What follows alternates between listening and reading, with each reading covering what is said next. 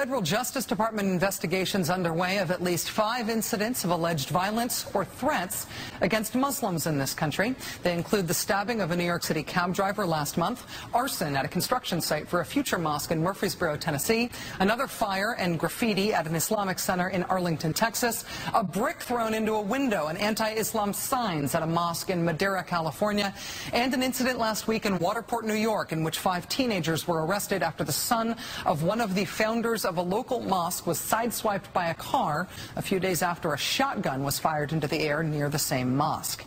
Today's announcement of these Justice Department investigations coming alongside increasing statements of concern from Washington over the planned actions of one tiny Fred Phelpsian church in Florida this weekend.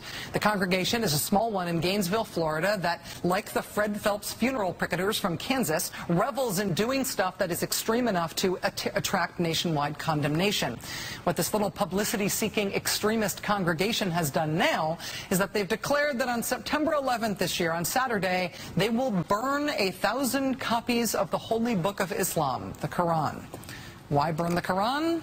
So that people will say the name of their congregation and their pastor on television, which personally I can't stomach.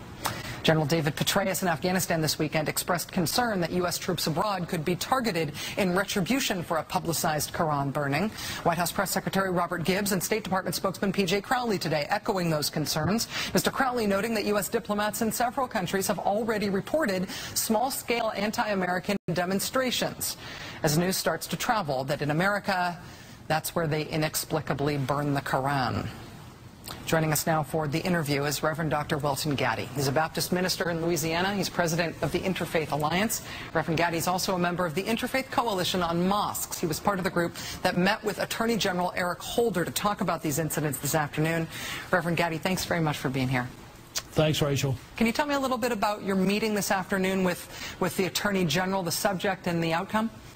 It's a very interesting meeting, a very personal meeting.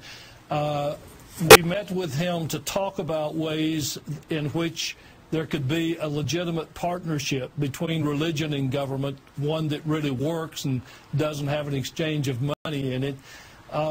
We asked him to be very thoughtful in looking at people disobeying the law from the perspective of religious bias, prejudice, hatred, and to be very faithful in prosecuting those who commit hate crimes and let the American public know that we're going to, as a nation, protect people's right to worship as they please, and that people who try to stand in the way of the Constitution will be arrested and prosecuted. We also asked him for a high visibility from him and from the President in talking about the crisis that is developing with the rise in hatred and anger toward Islam and toward Muslims.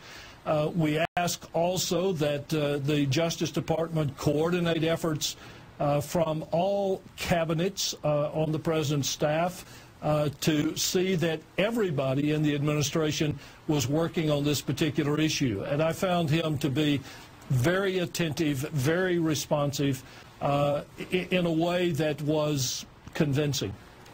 I was reluctant to talk about it in the introduction. I'm almost reluctant to ask you about it now, but I feel like I have to.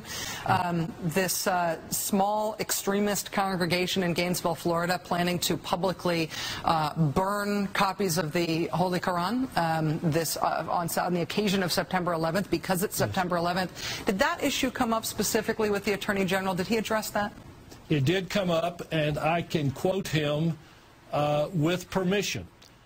He said that the act is both ignorant and dangerous. I agree with him. I had the privilege this afternoon of being on an interview with an international network that broadcasts primarily in the Middle East.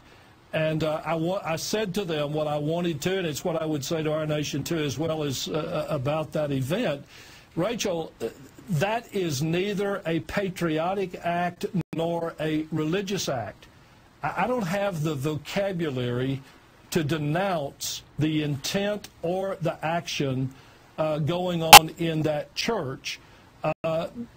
it is dangerous for our nation abroad. It is disrespectful of our Constitution.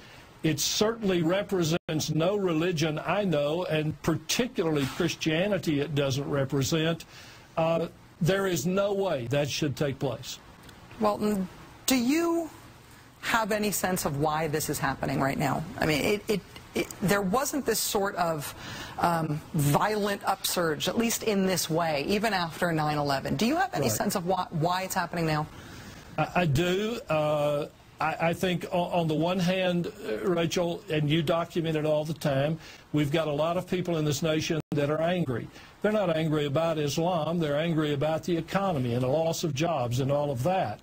And so we've had some people step in and manipulate this situation in a way to increase that anger and give people a way to focus it, and the focus is on Islam. Look what's happening to our nation. We're losing our Christian base. They're bringing in these people who are different, and as different is an immoral act, obviously.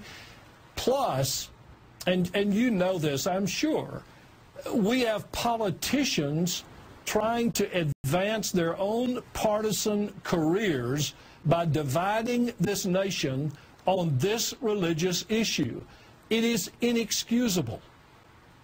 Reverend Dr. Welton Gaddy, president of the Interfaith Alliance, member of the Interfaith